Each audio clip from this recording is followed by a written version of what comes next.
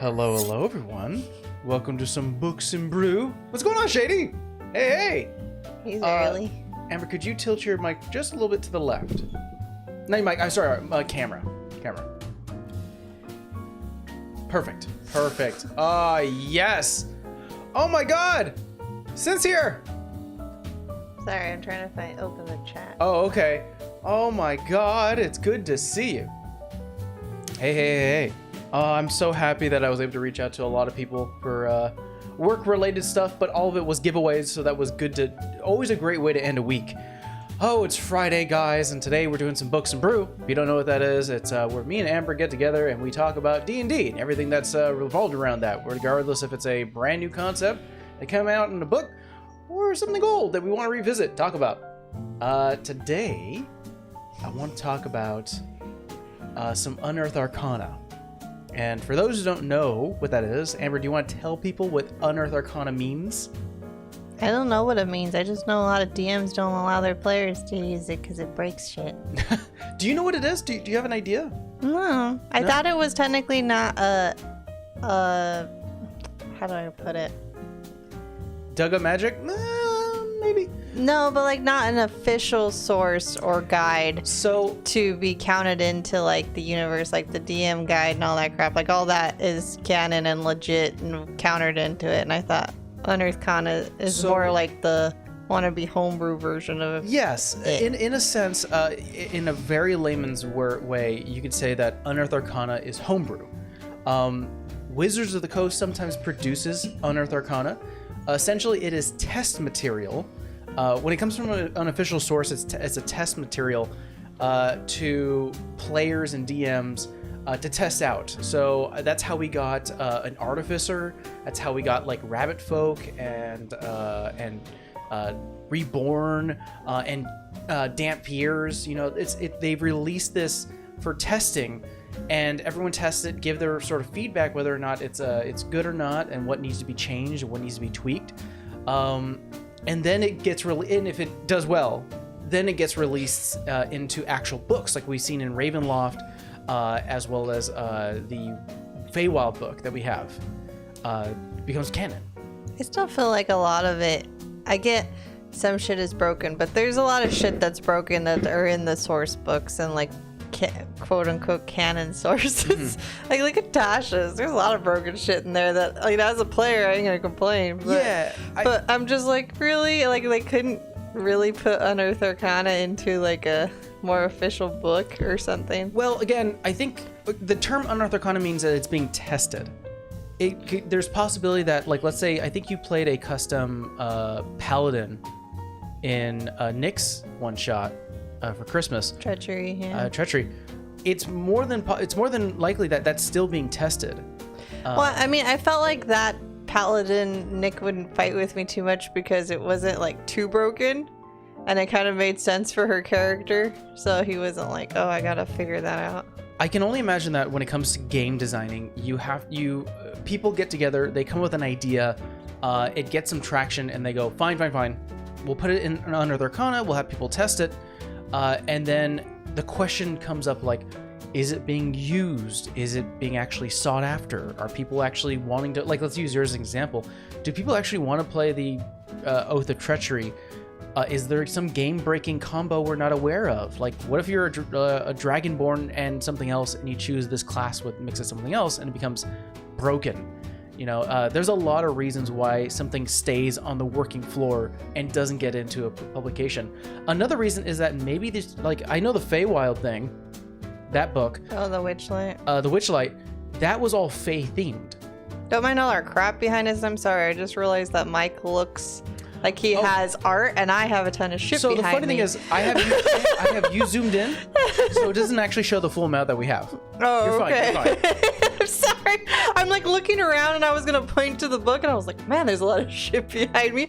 Apologies. Having a baby and reorganize the whole fucking house. And I'm not done yet, so obviously. So a lot of Unearthed Arcana, there's also like I was talking about the Witchlight, the Feywild book, is that a lot of Unearthed Arcana that went through a bunch of testing and approval all got published at once. Yeah. So there's a possibility that some of these Unearthed Arcana just haven't found the right book and theme to be released. Wizards of the Coast is a company. They're definitely trying to space out what they have you buy. So that's. I feel like those book people never sleep. Because probably not. Well, I mean, like obviously the one we bought with Matt, like he contributes to some of their writings and stuff.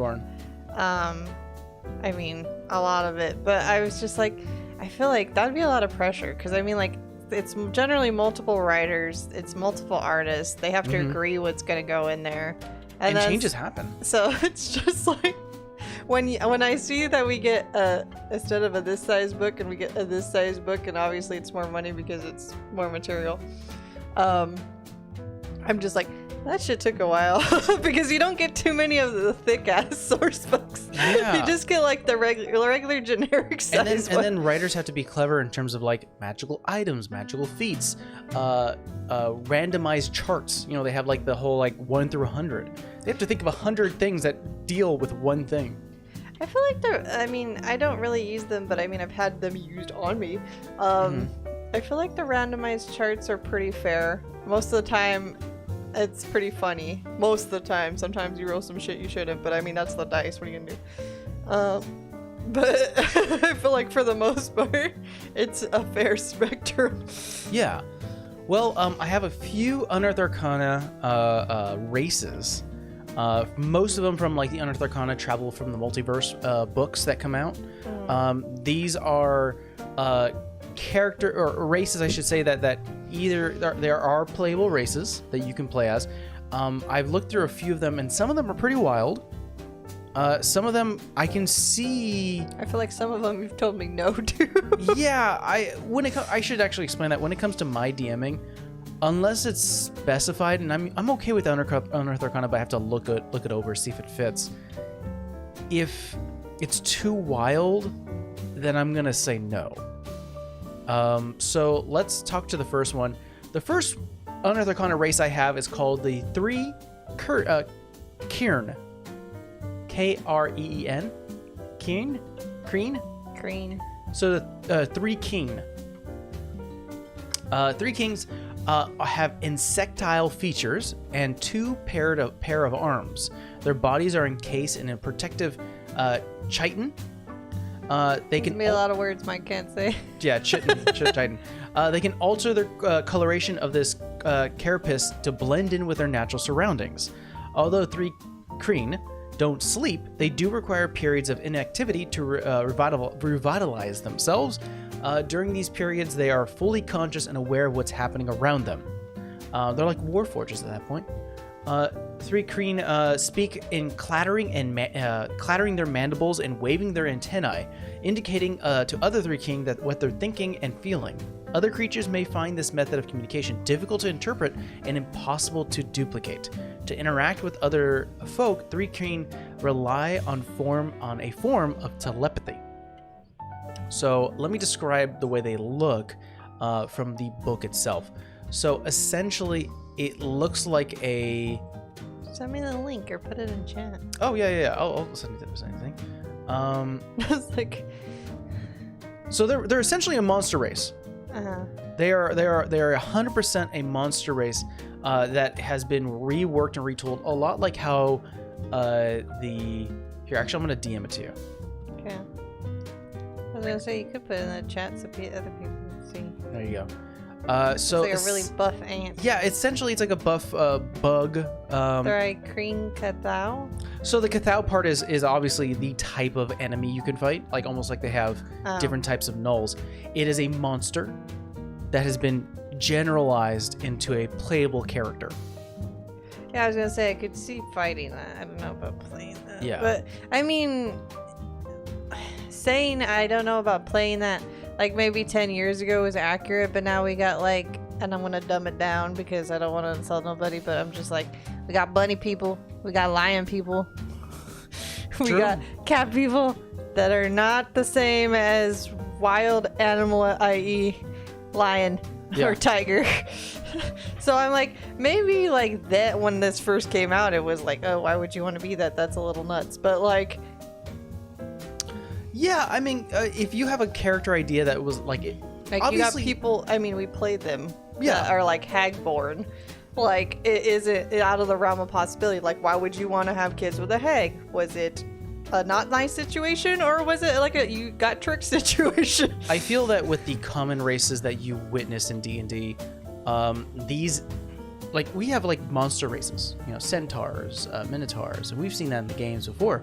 Yeah, we have these Unearthed Arcana creatures and races definitely require extra thought in terms of where they fit, where they come from, how they were, like, what their race acts like. You need to really think about these things, like these three king things. I guess it's easy to say that they're a monster class, and maybe you came from a monster tribe. But what if you're like a Zen fucking mantis? You could be that. You don't necessarily gotta be violent. No, you don't. Be like... So, I mean, that's the great thing about D&D. So, let's go through some of the stats that the actual player class ability gives you. First and foremost, you get to increase your 1 ability score by 2 and 1 ability score by 1. Or you can increase 3 ability scores by 1. So, essentially, you always have 3 points. Just make them even. Yeah. You are a monstrosity. So you know how like we have Fey creatures like the Hexblade are considered, or Hexborn are considered Fey. These are considered monstrosities.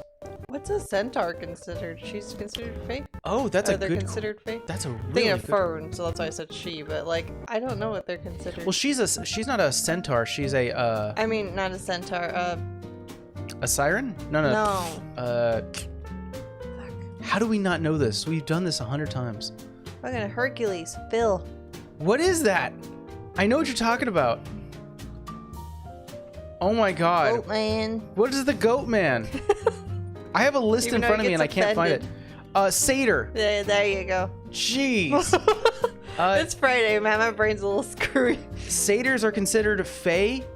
They can be considered Fey or humanoid, your choice. She went Fey. She went Fey. Wow. Friday. We said everything but the name. Friday night.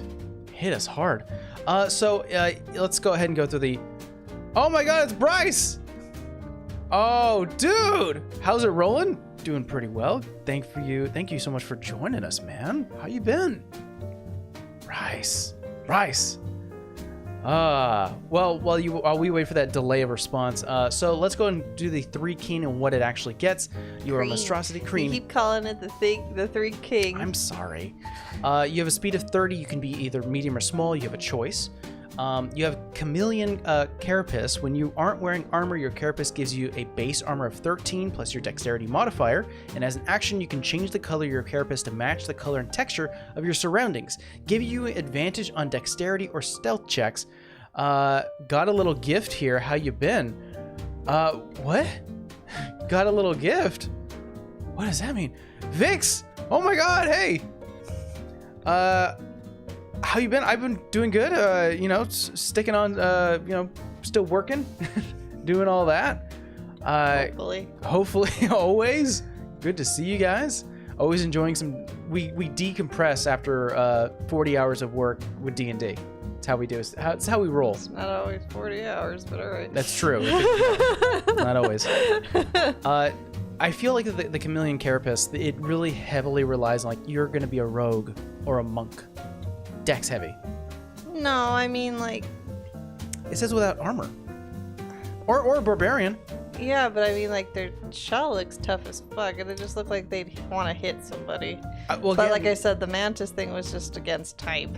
Oh, I understand, but it says here your armor class is 13 plus your dexterity modifier. So if you really wanted to power play, then yeah, you definitely wanted to. Oh my god, Bryce with a gifted? Or with a sub? Oh, thank you. Thank you so much. I don't know why the alert didn't show up, but I definitely saw the little gem marker. But thank you so much, buddy. Now you gotta fix the gem. That's okay. But now you have a nice little green gem. Now you have a nice little green gem. One of our little gems. Also, the fact that it gives you advantage on stealth rolls kind of heavily implies in, like, either a rogue or a monk. Maybe. Because generally you're pretty high dexterity on either classes. And if you get high dexterity and that also adds to your AC, you don't really have to wear heavy armor. Well, if you want to actually use your abilities correctly, yes. 2-month badge, yeah, man. Now you're a different color. You're moving on up, getting towards that purple. Shady's got that purple right now. He's got that 11-month right now. What's the middle one? Isn't it like a? I think it goes from pinkish? like green to purple to pink. Next one, you get dark vision. Everyone gets dark vision. You actually have secondary Except arms. for humans, unless you add something. So I must have misread because you have 2 normal arms and 2 smaller arms underneath.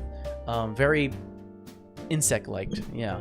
It says here you have 2 secondary arms. You have 2 slightly smaller secondary arms below your primary pair of arms. Your secondary arms function like your primary arms, but they have the following exceptions. They can only wield weapons that have the light property, and you can't use a secondary arm to wield other kinds of weapons. You can't wield a shield with a secondary arm, so you're very much limited, but you could essentially dual wield and then have the other 2 hold torches. You know? If you wanted to. Or you can have like hold flasks of oil and other things so you can like throw. There's some abilities you can do there. You get sleepless revitalization. You do not require sleep and can choose to remain conscious during a long rest, though you must still refrain from strenuous activity to gain the benefits of a rest. I guess one of these. Do bugs sleep? I imagine so. I feel like if you're a being that works and requires energy, you probably have to sleep sometime. Not all bugs sleep the same. It's the same. It doesn't mean to say they sleep at all. Do bugs sleep? So yes, it says some insects do slumber like us. Some. So I'm assuming this is pulling from the other one. Oh my God, Theo! Ew. Oh my God, Theo! Oh, buddy, it's been ages. How you been, man? His little fat cat. For sure. I was gonna say yes. Yeah, I feel like. Oh no, you have COVID. Oh no. Is it you're getting serious reactions, buddy? We did when we had it. Don't want it. It wasn't. Yeah, it was. It's terrifying. They have telepathy. They can communicate mentally with any number of willing creatures they can see within 120 feet. So 120 feet, they require a visual. Just congestion. Okay. All right. I mean, to be fair, when we got it, vaccines first came out, we got our first dose, got sick in between, and then we thought we were dying. So, didn't really work out to plan, but now we're like double boosted, so hopefully. Oh, fireworks. Celebration. So yeah, I'm gonna turn something off real quick. There we go. Yeah, I hear most people just, if you already have the booster and stuff, you just kind of get like a cold, which is good. Just don't spread shit. We don't want plague rats. Yeah. So yes, that's pretty much the end of the 3 Kreen. Is that they are, high dexterity with armor class. They get dark vision, secondary arms, chameleon carapace, as well as they don't have to sleep. They can talk telepathically. A lot of these abilities innately are almost feats, added feats, like telepathy. That's a feat. Having secondary arms, that's something all in itself that I could consider that a feat as well. Restless, not having to sleep, that's either a Warforged thing or being I think they have like a Moon Eldritch evocation that requires you not to sleep. So I can understand why this guy is still on Unearthed Arcana. He's kind of broken. I mean, they could mod him out of it. They definitely should. The next creature that we're going to talk about today is the Plasmoid. So Plasmoids are amorphous beings with no typical shape. In the presence of other folk, they often adopt similar forms, but there is little chance of mistaking a plasmoid for anything else. They consume food by osmosis, in a way an amoeba does, and excrete waste through tiny pores. They breathe by absorbing oxygen through another set of pores, and their limbs are strong and flexible enough to grasp and manipulate weapons and tools, although plasmoids are translucent gray and can alter their color and translucence by absorbing dyes through their pores. Plasmoids don't have internal organs of their usual sort. Their bodies are composed of cells, fibers, plasma-like ooze, and clusters of nerves and ganglia. I looked them up. They kind of look like Osmosis Jones, if anybody knows who that is. Their nerves enable plasmoids to detect light, heat, texture, sound, pain, and vibrations. Plasmoids can stiffen their outer layers of their body to maintain human-like shapes, so they can wear clothing and accessories. They can speak by forcing airs through their tubular cavities and construct to produce sound. When plasmoids sleep, they lose their rigidity and spread out and are sometimes often mistaken for a rock or some other feature of the environment. I am kind of proud of myself that I read all that without saying too many mistakes. I feel like you could just be like a shape changer. So yeah, you're basically a walking, talking ooze. You know, you're like that anime trope of an ooze person. I think there's like an anime slime thing. Theo can tell us. He knows what I'm talking about. Slime. Yeah, you're like a Final Fantasy slime that can change yourself into looking humanoid. 2 feet, 2 arms, or whatever else is around you. I mean, the way it sounded is that, I mean, I'm gonna go through the stats, but it doesn't sound like you're limited. It just says by what's around you. So you could technically change into a wolf if you wanted to, I guess. I don't know. And you got to see a picture of the plasmoid. What do you think? I said it looks like Osmosis Jones. Okay. It says here it's almost like the same like the other the 3 Kreen, as you get to increase one ability score by 1, another one by 2. Oh, sorry, 1 by 1 by 2, or 3 by 1. Creature type, you are considered an ooze. I mean, there's a video here that doesn't look like a ooze. I mean, it just looks like a jelly with spikes, but I mean, there's lots of art interpretations. Yeah. You can either be small or medium size. Your walking speed is 30. You're a fast ooze. You have the ability called amorphous. You can squeeze through narrow spaces at least an inch wide, providing that you are wearing and carrying nothing. You also have advantage on ability checks that you make to innate or escape a grapple. So you can grapple someone super well. I can only imagine like your body just like venom, just sort of and comes out and grapple. And if someone is grappling you, you could just get out of the way. Also, the fact that you can slip and slide through 1-inch gaps, absorbing them essentially. Kind of what it is. I wonder if there's a way that you can grapple someone and put them into your body and like suffocate them. That sounds lovely. Sorry, got a little dark. That's an actual gelatinous cube ability. I'm trying to show you a picture. That's what I'm doing because it made me laugh. Oh, okay. In addition, so a few other things you get dark vision. As far as dark, gelatinous cubes as monsters and creatures are terrifying. Some of them you can like burn through a lot of like normal stuff except for metal. And magical armor. Some of them too. Yeah. So be careful on that. And yeah, imagine having a character that just decides to do that. You'll become literally the horror monster, the Blob, and just sort of eat through a town. It says here you have dark vision. You have natural resistance. You have resistance to acid and poison damage, and you have advantage on saving throws against being poisoned. Kind of makes sense. You're still an ooze. Oh, you sent it to me? Here, I'm gonna look at what you sent me. Yeah, essentially. It's very lewd looking creatures that people have drawn for the plasmoid. Well, it's either like a very like regular action character, like or it's cutesy, or it's raunchy, or it's just like a blob with some clothes on. I would love to play as the little blob character. It's a big range.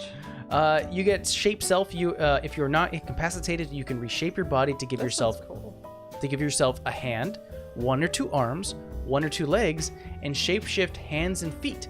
You can also revert to a limbless blob as no reaction, and as an action, you can extrude a pseudopod that is 6 inches wide and 10 feet long to absorb into your body. You can use the pseudopod to manipulate an object. Oh, so you can literally get a little pseudopod tendril to do things for you. And it essentially, the way it sounds like, it's like a mage hand, except it's visible and it's connected to you. I put it in our DM and in the chat. Yeah, it's right there for you guys. Oh, did you send me a new one? Yeah, I put the same one I sent to chat, but like that's a more cool looking one versus. Oh, like, that's rad. Raunchy lady. Oh, that's real rad.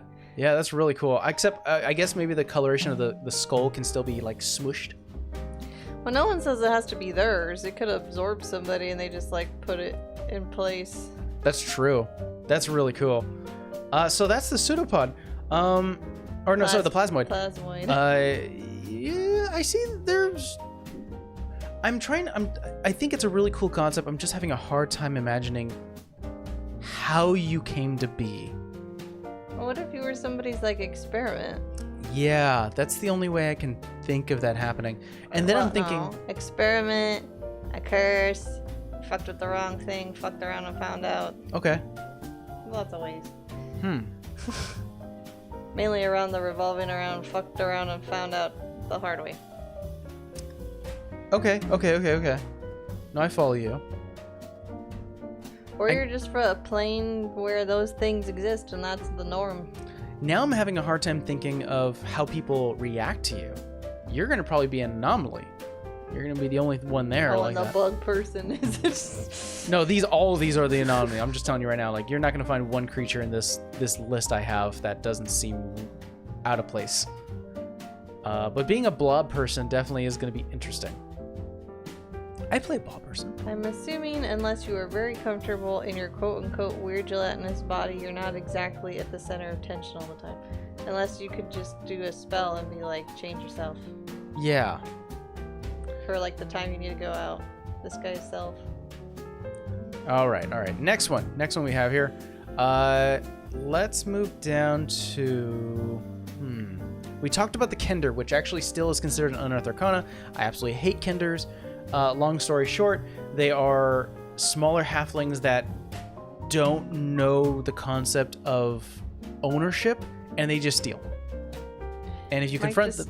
I think Mike just thinks they're trolls. They're trolls! He doesn't like them. I don't like Kenders. I don't know, and they literally say they don't understand. They'll just steal something from you, and they'll go, I'm borrowing it. It's like, are you going to return it? Why? You don't own it. It's like, well, then give me your stuff. You don't own it either. That was my only compromise, is that people can steal from you and you can't get mad. That was my only compromise. But I still hate Kenders. Next one is called a Griff. Or no, a Gif. G-I-F-F. 2 F's on that one. Gifs are tall, broad-shouldered folk with hippo-like features. They're hippo folk. Some have smooth skin, while others have short bristles on their faces and tops of their heads. As beings of impressive size and unforgiving appearance, Griffs are noticed wherever they go. Storytelling is as rich a tradition among Griff, and it's not uncommon for a Griff to recount their past exploits and enrapture crowds. Having a friendly Griff nearby within a tavern, brawls erupt. Within a tavern brawl, erupts can also be useful. A Griff can be no more. Can usually more than hold their own when it comes to fisticuffs. Oh, did you share the Griff? Yeah. I feel like that one could be put into a book only because there's elephant people. So like, There is. and I forget the name. Don't judge me, but I've only had to like see or interact with 1 or 2 or 3. That's more than most. But at the same time, I'm like, they're just as big and just as have force behind them. They generally don't tend to use it unless you piss them off. But I mean, I don't see it. Why not? If those exist.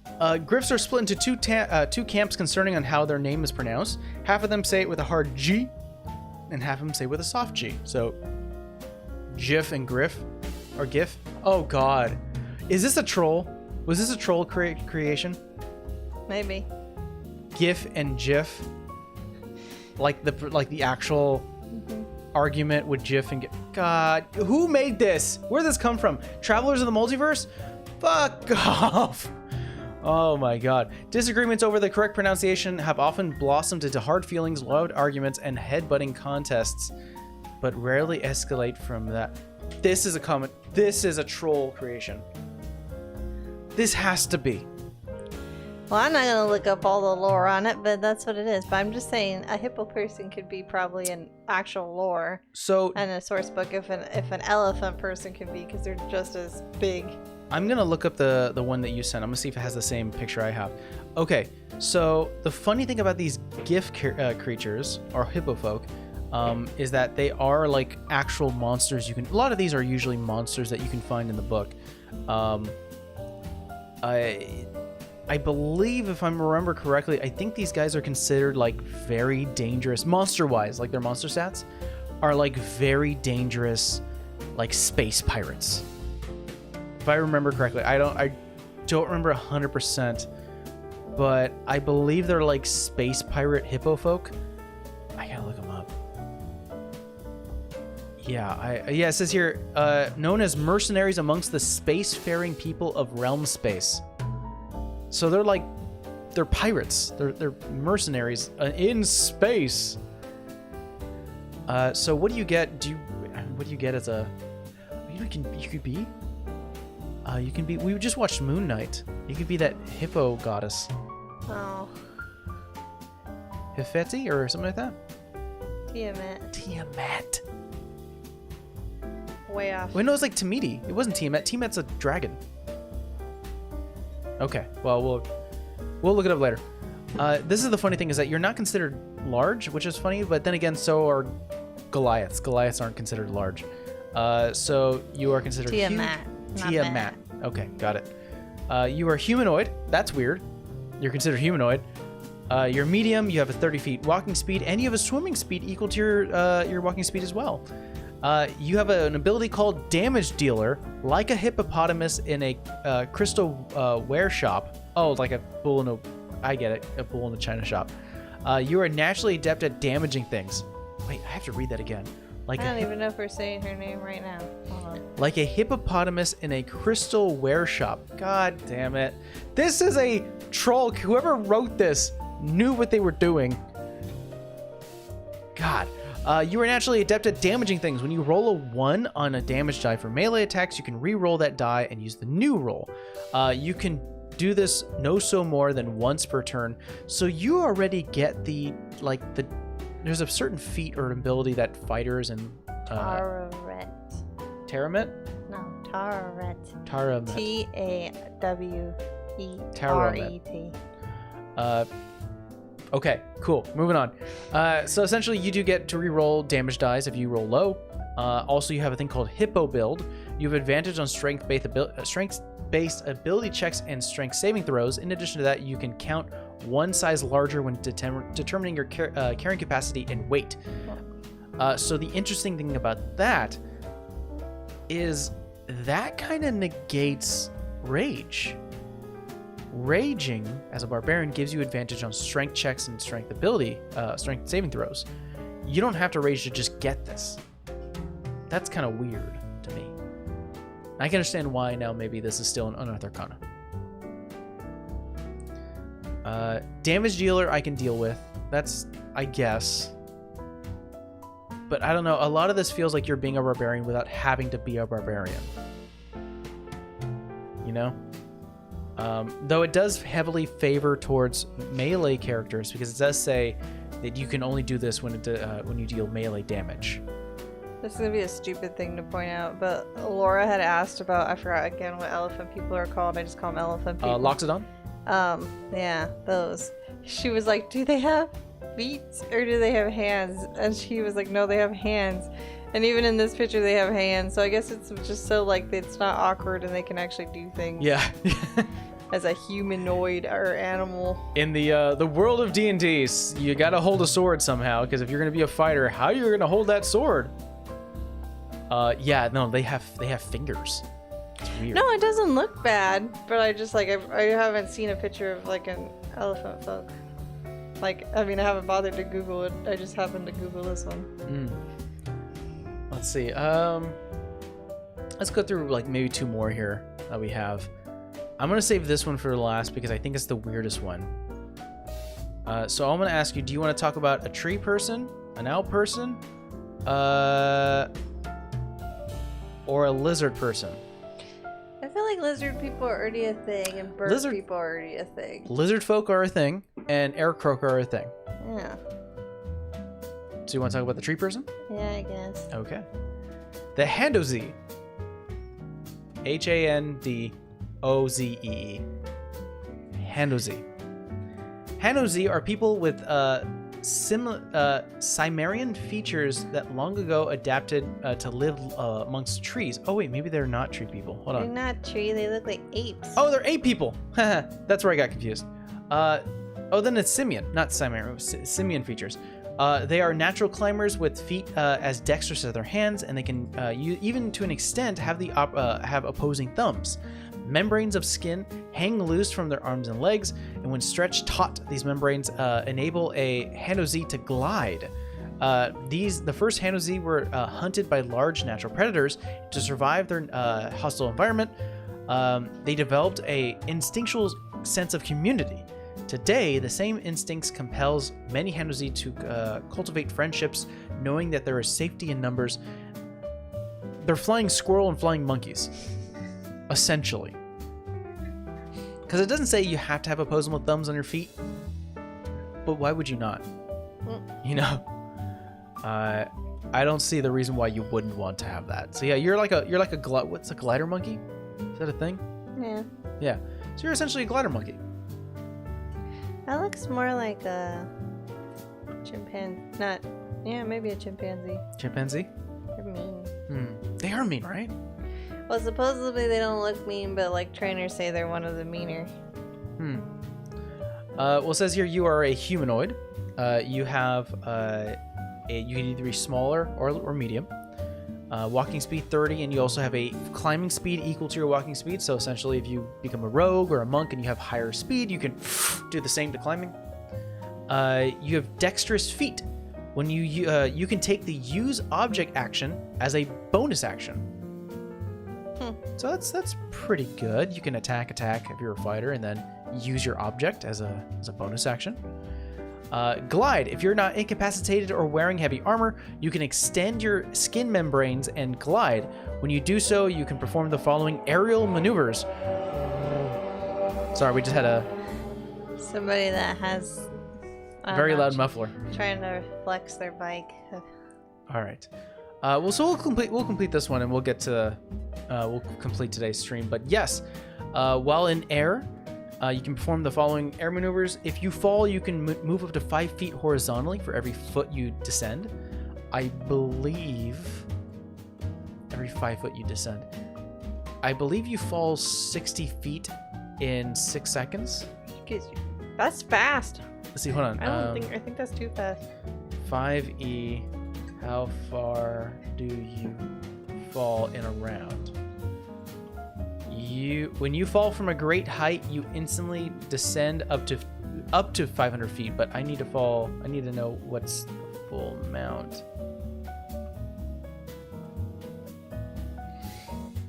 At the end of the turn.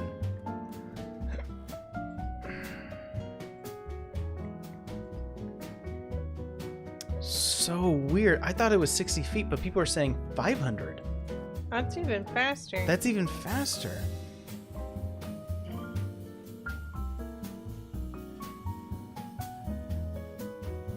Yeah, that's really weird. According to the rules, a creature falls 100 squares or 500 feet in the first 6 seconds. According to laws of physics, this acceleration is due to gravity on the Earth in the number of seconds for free fall. I guess you fall 500 feet. And if my math is correct, 500 feet times, what is it? Every foot. So, and 5 feet to that. So you what is that? 500 times 5 is 2,500 feet. You can glide from a full drop.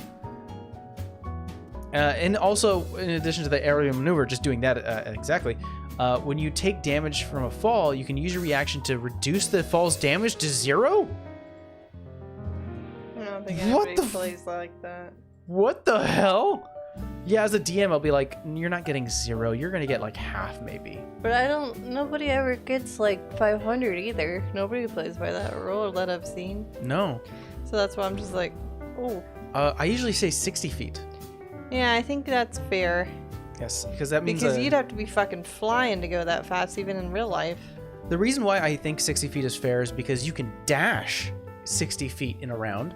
So it only makes sense that you can fall that same amount. Because there's technically nothing stopping you from running. It's just going down. So that's sort of what I get at. Hanozi, some work here, but I could see it being usable. Yeah. All right, guys. Well, you're probably gonna hear some fireworks as in our future streams because we're getting close to that 4th of July, and where we live, especially in LA, we pop it off, man. It happens. So thank you so much for joining us. Good to see some familiar faces. Hope you feel better, Bryce, Theo, good to see you guys. Shady, thank you again for always jumping in, and Vix Draws, happy to see you jump back in as well. So until then, till tomorrow, see you guys. See you too. Bye. Bye.